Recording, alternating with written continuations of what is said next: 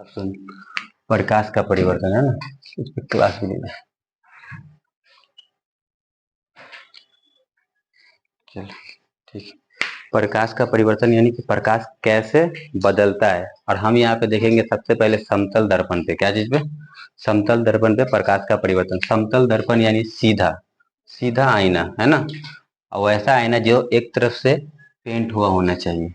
जैसे हम यहाँ पे समझने के लिए हम बना रहे हैं प्रकाश, यहाँ पे एक मिरर है, ये दर्पण है ना, इसे एम लिख रहे हैं, हिंदी में इसे दर्पण कहते हैं। क्या जी? दर्पण। दर्पण इंग्लिश में मिरर होता है, इसीलिए एम लिखे है ना। और ये एक साइड से जो हम ऐसे से लाइन दे रहे हैं, ये लाइन का मतलब हम इसको कलर कर रहे हैं एक साइड से, ठीक है। जैसे कि आखिर हम आईना को कलर एक साइड से नहीं करेंगे, किसी भी रंग से कलर यदि नहीं करेंगे तो हम आईना में अपनी शक्ल को देख नहीं पाएंगे। इस तरफ से देखेंगे वो उस तरफ चला जाएगा। ऐसे प्रकाश भी इस, जब हम उस प्रकाश पे देखेंगे या प्रकाश को उस पर डालेंगे तो वो प्रकाश पार हो जाएगा, एक पार से दूसरी पार, है ना, एक तरफ से दूसरी तरफ चली जाएगी, वो रिटर्न नहीं आएगा, परिवर्तन नहीं होगा। प्रकाश के परिवर्तन के लिए जरूरी है कि वो एक तरफ से कलर हुआ होना चाहिए। ये है प्रकाश। क्या है? प्रकाश की किरणें। कोई भी प्रकाश की किरणें, मानो यहाँ पे कोई वस्तु ऐसी है जो कि प्रकाश दे रहा है, या बल्ब हो या टॉर्च हो या सूरज हो, ठीक है, जो कि प्रकाश, यहाँ से एक किरण आ रही है मिरर से टकराने के लिए, दर्पण से टकराने के लिए, और टकराने के बाद ये वापस घूमेगी। ये बहुत दफा हम लोग देखे हैं कि कभी भी कोई शीशा को सूरज की ओर ऐसे रख दो, और सूरज से जो किरण आती है वापस वो आगे कहीं दीवार पे या जमीन पे हम लोग उसको फॉक्स को, रोशनी को भेज देते हैं। ये परिवर्तन के नियम है। इसमें कुछ नाम है, जैसे ये किरण आ रही है, आने वाली किरण, जैसे यहाँ पे सूरज की चित्र बनाते हैं हम, है ना, ये सूरज है, समझने के लिए ये सूरज है, और ये सूरज से प्रकाश आ रही है, आने वाली किरण को आपतित किरण कहते हैं। क्या जी? आने वाली किरण को आपतित किरण, आपतित किरण। और ये वापस जहां जिस बिंदु पर टकराया है, मिरर को जहां छुआ है, उस बिंदु का नाम मूल्य बिंदु होता है। क्या चीज? मूल बिंदु, ठीक है, या आपतन बिंदु। आपतन बिंदु,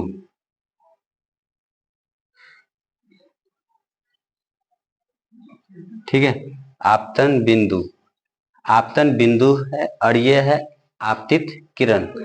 यहाँ पर ओ से सूचित करते हैं, ठीक है।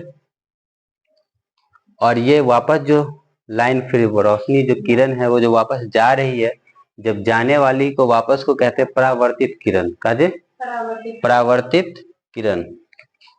तो इसका नाम है परावर्तित किरण।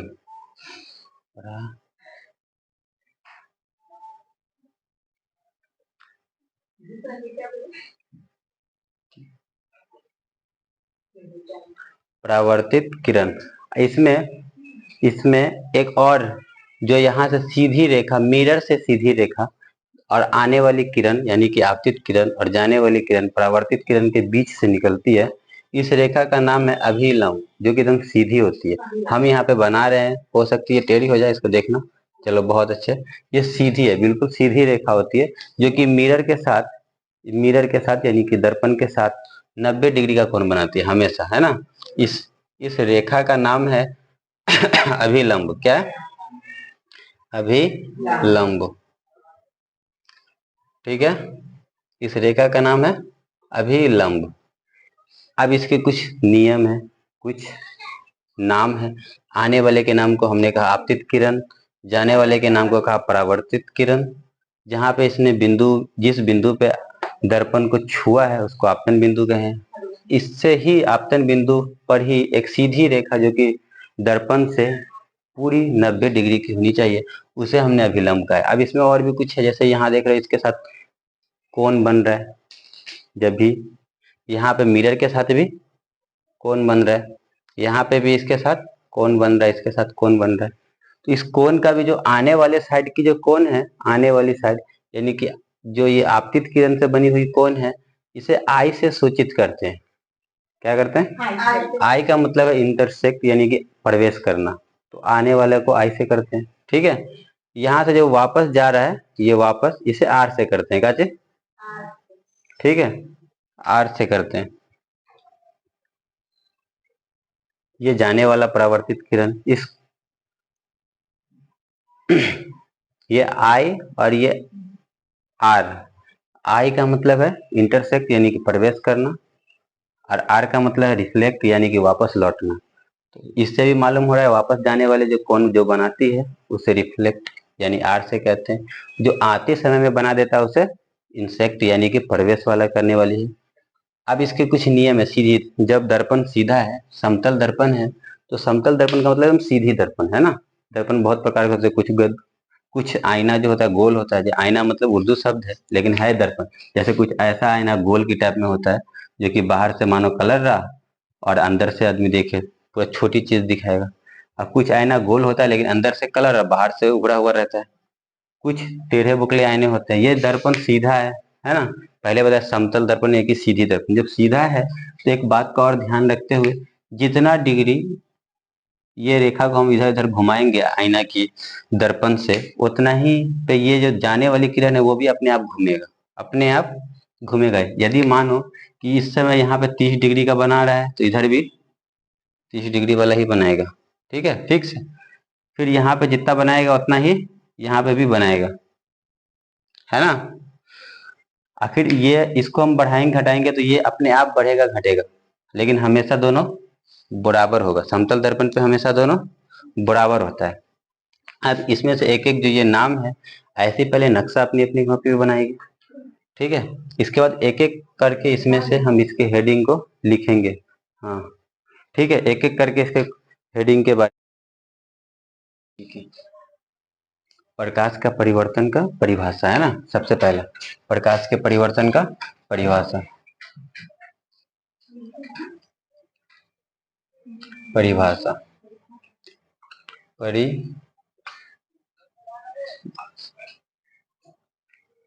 प्रकाश के परिवर्तन का परिभाषा। अभी यहाँ पे हम लोग इसको समझ रहे थे ना, इसको देखते हैं परिभाषा में क्या लिखेंगे, है ना। तो पूछेगा प्रकाश के परिवर्तन क्या है ना। यह तो हम इसे बताएंगे कि प्रकाश का परिवर्तन, प्रकाश जब किसी समतल और चिकनी सतह जरूरी नहीं आईना ही हो, स्टील भी हो सकता है, सॉरी प्रकाश, है ना। इसलिए यहाँ पे चिकनी सतह पर टकराकर वापस लौट जाए, क्या लौट जाए या वापस एक दिशा से दूसरी दिशा में मुड़ जाए, उसे प्रकाश का परिवर्तन कहते हैं, ठीक है। प्रकाश का परिवर्तन यानी कि प्रकाश किसी चिकनी सतह से टकराकर लौट जाए उसे प्रकाश का परिवर्तन कहते हैं, ठीक है। हो गया। तो दूसरा प्रकाश के परिवर्तन का नियम है। इसमें जो हम लोग देखेंगे अभी प्रकाश के परिवर्तन के दो नियम है ना। इससे पहले हम आपतन बिंदु, आपतित किरण, अभिलंब और परावर्तन, परावर्तित किरण और आपतन कोण और परावर्तन कोण के बारे में भी जान लेते हैं। यहाँ पे सबसे पहले है आपतित किरण, है ना। दूसरे नंबर पे लिख रहे हैं आपतित किरण।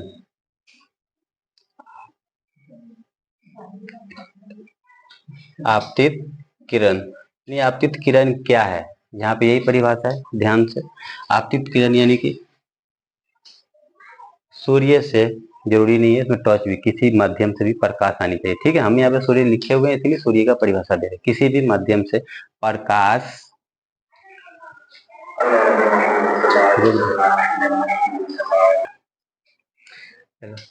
आपतन किरण, है ना।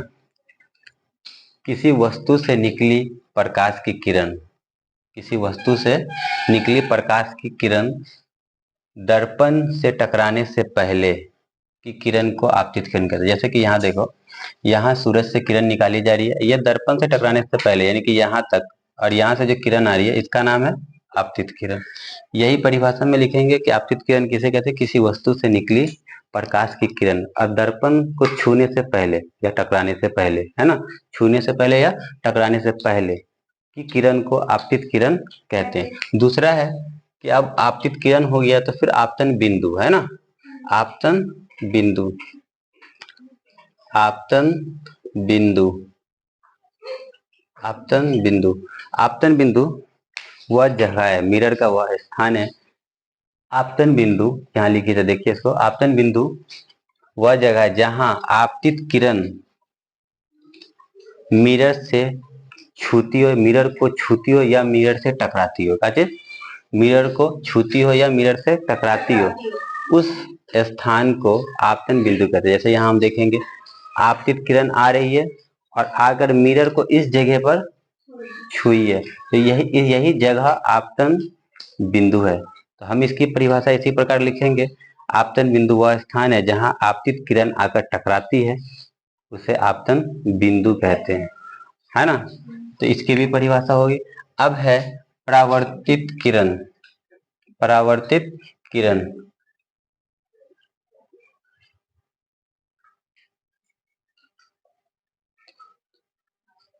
परावर्तित किरण। अब देख, परावर्तित किरण क्या होती है। परावर्तित किरण, जब कोई वस्तु से निकली किरण दर्पण से टकराकर वापस लौटे, लौटने वाली किरण को परावर्तित किरण कहते हैं। जैसे हम यहाँ पे देख सकते हैं, यहाँ किसी वस्तु से किरण निकली, यहाँ आके दर्पण से टकराया, यहाँ वापस लौट रही है ना। ये वापस लौट रही है, ये वापस लौटने वाली किरण का नाम यहाँ पे लिखा हुआ है परावर्तित किरण।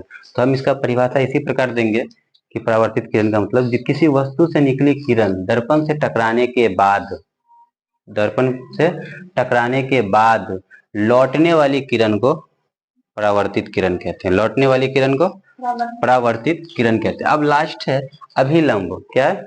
अभिलंब। अभिलंब क्या है ना, इसके परिभाषा हम कैसे देंगे। अभिलंब, अभिलंब, अभिलंब वह बिंदु है, अभिलंब वह बिंदु है जहां आपतित किरण टकराती है, उस आपतित किरण मिरर से टकराती है और मिरर से एक सीधी लंब रेखा, जो कि मिरर के साथ 90 डिग्री बनाए, ठीक है, सीधी लंब रेखा खींची जाए, जो कि आपतित किरण और परावर्तित किरण से बीच से गुजरे, उसे अभिलंब कहते हैं। ये लिखेंगे हम। फिर से एक बार बोलते हैं आपतन अभिलंब के लिए, है ना। अभिलंब वह रेखा है जो आपतन बिंदु से सीधी मिरर को यानी दर्पण को 90 डिग्री की कोण बनाते हुए लंबवत खींची जाए, उसे अभिलंब कहते हैं, ठीक है। तो हम इसके बारे में पूरा जाने। अब यहाँ पे है लास्ट, इसका नाम है आपतन कोण। क्या चीज है? आपतन कोण। आपतन कोण, अच्छे से आपतन कोण। आपतन कोण को पहले देख लेते हैं। इस ग्राफ के अंदर जो बना हुआ है यहाँ पे, ये जो ये रेखा, ये जो कोण बन रहा है ना, आपतित किरण से आने वाली किरण से और अभिलंब से, जो इसके बीच में जो कोण बना है, जैसे झुकाव जो बनी है, कोण का मतलब ही झुकाव है ना, इसके जो बीच में जो झुकाव है यहाँ, इसे कहते हैं आपतन कोण। अब इसकी परिभाषा कैसे लिखेंगे। आपतित किरण और अभिलंब के बीच बना कोण आपतन कोण कहलाता है। काफी हल्का है। आपतित किरण और अभिलंब के बीच बना कोण आपतन कोण कहलाता है। इसकी परिभाषा हो गई, आपतित किरण और अभिलंब के बीच, है ना, बना हुआ कोण आपतित किरण के कहलाता है। अब यहाँ पे भी एक कोण बन रहा है ना, इसका भी नाम देंगे, है ना, परावर्तन कोण।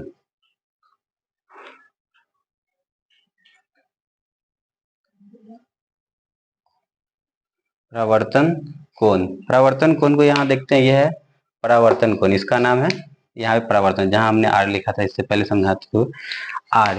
परावर्तन कोण यानी कि परावर्तित किरण और अभिलंब के बीच बना कोण परावर्तन कोण है। देखने में भी यहाँ पे यही है कि यह है परावर्तित किरण जो कि दर्पण से टकराकर वापस लौट रही है, और ये तो अभिलंब है जो बीच में खड़ा है, और इसके साथ बीच में कोण बन रहा है जो कि आपतन कोण, परावर्तन कोण कहलाता है, ठीक है। इसका परिभाषा इसी प्रकार देंगे, परावर्तित कोण परावर्तित किरण और अभिलंब के बीच बना हुआ कोण को परावर्तन कोण कहते हैं। बहुत हल्का है। तो इतनी बात जितनी अभी यहाँ पे बताई गई है, यानी 1 2 3 4 5 6 जितनी बातें अभी हमने बोली है वो समझ में आई। ठीक, ठीक है।